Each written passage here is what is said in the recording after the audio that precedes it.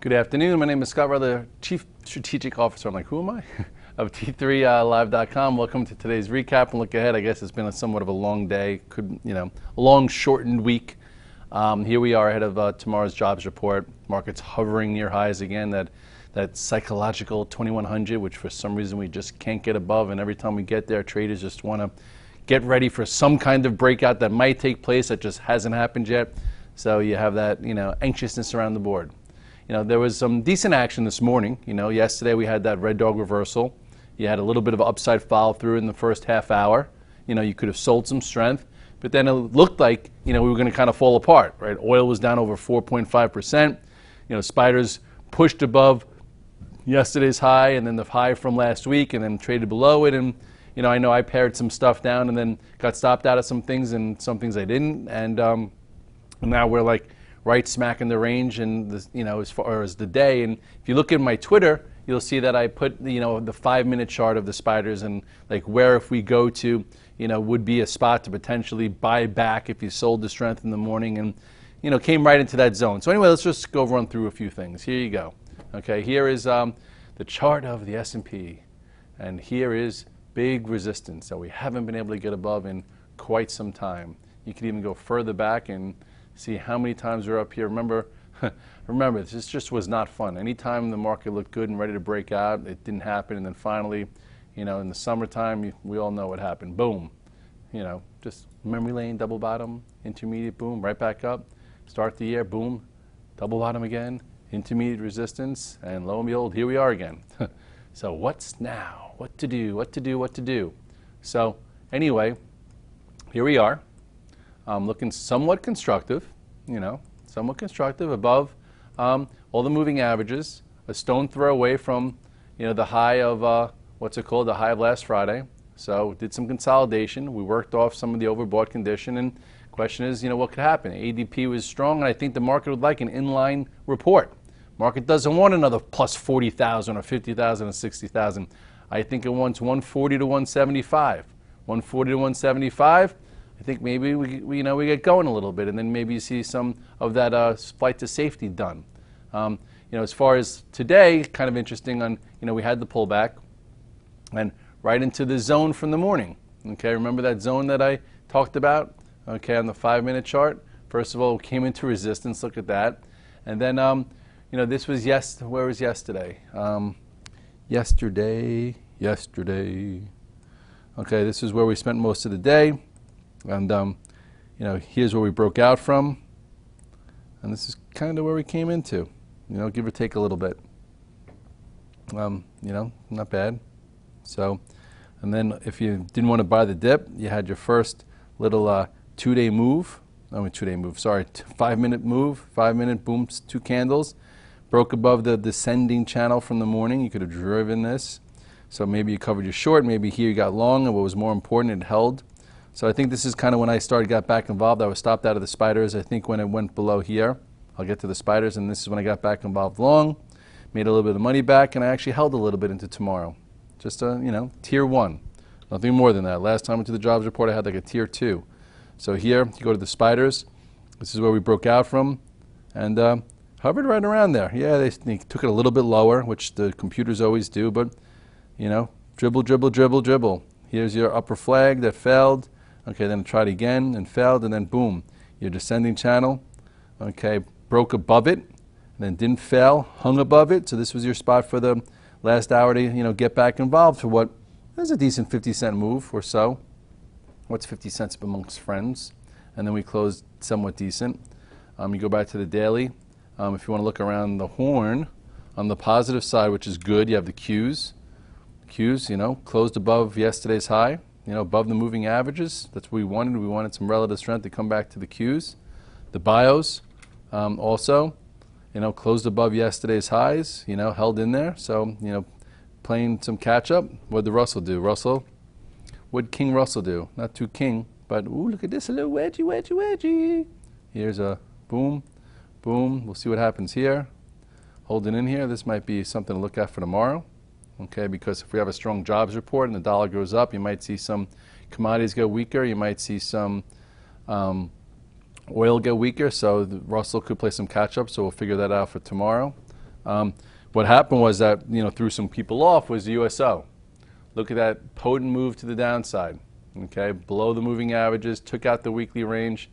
So, not the greatest looking thing, and not saying oil is dictating our trade right now, and we're well off the lows, but, if upper ranges break in oil, maybe some people are worried that upper ranges can break elsewhere. So, this was something concerning me, midday, but didn't concern the markets into the close, and we'll see what happens tomorrow. Yesterday, I sent out a chart on the GDX saying, do not chase it. And I went out short, covered it, made a little bit of money. Some people are still shorted. If that's you, you're expecting a hot number tomorrow or an inline number, and then maybe you'll get your follow through down to the 8-day. Remember, if you're above the 8-day, you're still strong. That's why it was extended and where we said don't buy it. This would be a better spot, and maybe even a gap fill into here. Look where it came from. Buyable spot, gap up, didn't fill it, and then gap up, didn't fill it. So up here, a little harder to buy. So if you're shorted overnight, that's you. I didn't, take it short. I was just looking for a trade, but, looks like you can get that. Gold also, closed. We talked about the doji yesterday, and traded below yesterday's low. Came in, but closed off lows, and here it is with the 8-day playing catch up. Times to buy gold against this gap here. Another time to buy gold. Remember this one right there. And then it's been hard ever since. No real intraday or daily patterns like this one that broke out and failed. Here you're on the lows, you had a gap up that you had to trust. Here you're on the lows, you had another gap up that you had to go sideways with. So now you'll see what happens here tomorrow on the jobs number. In high beta tech land, I was in a lot of stuff overnight. Amazon was up $2 pre-market. I sold a decent amount, and then all of a sudden it got weaker. It was weak all day. Stole your stock if you got a little worried. But what did it do? It retested, that 731.50, which if you read my note, I said maybe Amazon wants to test 731. It tested 731.67. Just missed my order by 15 cents. Okay, look where it came from. So, not ready to break out and go ahead of a jobs number, but held in there pretty well. If you have it on as a swing, I guess you still have it on. This was buy area 1, he was buy area 2. If you missed that, you got the retest, it closed $4 or $5 off that. Now you'll see what happens tomorrow. Facebook, there was some news about, the IRS and Ireland, et cetera, PS, it still held where, it broke above the second breakout spot. This was breakout spot number 1, so held in pretty well, considering. So still in the game, big move from here to here, and inside day, top third didn't fall apart, even though they have a subpoena from the IRS and how they accounted for some of their gains. We'll see what, if that gets noise. Netflix, with all said and done, even though it was a tough trade the other day, still hanging around, still kind of repairing and still holding all the moving averages. So we'll see what's next here. Maybe above this, it, goes again a little bit. I don't know what it's waiting for. Maybe one of the options is that, but all in all, here you go. Still decent. Decent. Not like phenomenal, but decent. Okay, we're looking for vehicles, and that looks decent. Tesla, talk about buying weakness. Every time it's gone down on weakness, it's held in there. Pretty impressive. If this starts to get going above this spot, you're going to see all these guys shorting it for all these headlines getting squeezed. It's been better to buy the dip, and at some point, maybe this wedge breaks back to the upside, and you see it move back to the 200-day. Lots of negative headlines across the board, and every down open's been bought, so I'd be careful just trying to short this thing. It looks okay. BABA, I hate to say it, my nemesis, looks pretty damn good. Okay, right? If this was a different stock, not BABA, you'd say, hey, look at the size of this channel. Move back to the upper end of the channel. Held in there, went sideways, turned back higher. Looks as though if it could break above this. We'll see. I bought some options for its earnings. I bought the August something 80s, and I'm actually long a little bit overnight, which hopefully doesn't bite me in the tush. I'm really starting to like this longer term pattern where it's been under accumulation for a long time, and that means somebody's buying it and putting it away and consolidating it, et cetera, et cetera. At some point this breaks to the upside, and I think that it's a sloppy looking double bottom cup and handle type pattern, but could yield you a big move. Jack Ma, whatever Jack Ma thinks that this is going to be an economy, not a stock. So if you don't want to deal with the noise, go out and buy 6 month, out options, and maybe you'll have something versus trading the noise, because the noise has been tough. Look at WB. Wow, WB. the Twitter of China. What a move. I had this in my report last year thinking it was going to happen. It didn't. And now look at it. Boom. Traded above this. Boom. Now it highs. You would think maybe, Twitter, our Twitter, could act better. It's still acting fine, but it's in lethargic land still. Maybe because the CEO friggin' has two companies it has to run and shouldn't be running both. But all in all, last time we drew this little chart here was when LinkedIn got taken over for $26 billion, and this is still around 12, 13. So I'm still thinking that it can make its way back up towards 20 at least. So I've been trying to just sit long it and trade around it, and it's making some money. Not like a hell of a lot of money, but okay, okay cash flow, buying it on dips, and it's still above the 8-day. And last big move it had was right here, when you got your nice day-and-a-half trade and then filled the gap and held the 21-day there, and maybe one day we see some kind of news, or maybe not. So don't play it for news, just play it for the action. Right now it's decent. VRX was decent today, still, making its way up a little bit. Big volume yesterday, first up day, held in there again with the market coming under pressure, so it looks okay. Some guys did really well with this ACIA, but it came off at the end of the day. Look where it came from. So some people made decent money when it traded through the prior high, but once it came back below it, that was your sell signal. Now it needs some time. It's extended from the 8 and the 21-day. TWLO gave you a nice overnight. Little red bar, not the end of the world. This chart has to build, and we'll see what happens tomorrow. It's still hanging in pretty tough. If you bought it yesterday, you actually had a little follow through before it came back below, and with some time, maybe it'll set up for higher prices. Apple gave you a quick trade above the pivot that we talked about, closed okay. Still acts, kind of well. Some people are long it overnight. I just didn't take it long overnight. It's trying to be okay. Maybe, it continues at some point. But at this point, it's not acting special, but there are some trades on a micro level here and there. So all in all, you have to figure out where you want to live for tomorrow. We've got a big jobs report tomorrow. Europe is still not looking great. The DAX, if you take a look at the DAX, literally, a stone throw away or a pebble throw away from 2016 lows. That's not healthy, okay? At some point, I guess if it can get up and get out of the way, fine, but it's still, vulnerable, so you should be thinking twice about being too long other things.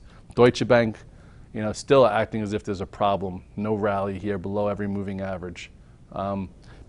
Barclays still, hanging near lows. Remember this was pre-Brexit, and hasn't had a really reflex rally since. So, I can't say you could be, all in. If you're a long-term investor, stay the friggin' course, man. I'm telling you, every single month, put S&P funds away, 529, especially if your kid's like 2, 3, 4, 5. You got 12 years. If you're our age, or I'm 43, believe it or not, I'm getting old. We're not going to need our money for 20 more years. So if you've been in for 10 years, you'll be in for another 20. If you're a baby boomer and you're 72, 73, and you have a lot of money in the market, and you're a little worried that if we don't break out, we can pull in, get to some cash. You don't have as much of a time horizon, and I want you to be able to eat and live. If you trade for cash flow and alpha and monthly flows, better just know what you can handle into tomorrow's report. If you're thinking in your base cases, we break above 2100, and you think this is a catalyst, then you have to be in a little bit, because you might be more upset, if it gaps up and goes and you don't have it, versus if we have a minus or a plus 100,000 report or plus 75,000 jobs, and we gap down $1.50 and you lose a little bit, and that's not the trade. So for me, kind of thinking that the market's been holding in real well. We could break above, so I would be more upset if we were up 15 handles than if I didn't take anything and we were down 15 handles. Or I did. Anyway, so I have a little risk on, and we'll see how we are in the morning pre-jobs number, and we'll see how we are post-jobs number, and then we'll trade accordingly. On the VTF, everyone's like, what's your gut tell you for tomorrow? Guys are talking about 200, 210. Goldman Sachs at 210,000 jobs. I don't know how they get there from 40,000 or 38. I'd love to see 140 to 170. That's where I think it comes out, but I'm not an economist. I'm just, talking about my feel of what I think. And if it is 140 to 170, I think the market reacts, pretty well. I don't know if we get up and break out and go, but, I think that's what the market wants. They don't want a weak number, because all of a sudden they don't want to be like, all this QE here too. The economy is not great. Granted, better than Europe for now, but I don't think that would go over so well. People don't want QE, they don't want rates lower. They want to make sure that our economy is doing okay, and our market's been in the 2-year range, might have enough power to break above it, and we'll see what happens because earnings are going to start in the next week or two, and then the whole game changes again. Have a good night. I won't see you at the morning call. I'm in Short Hills, but I'll see you on Twitter.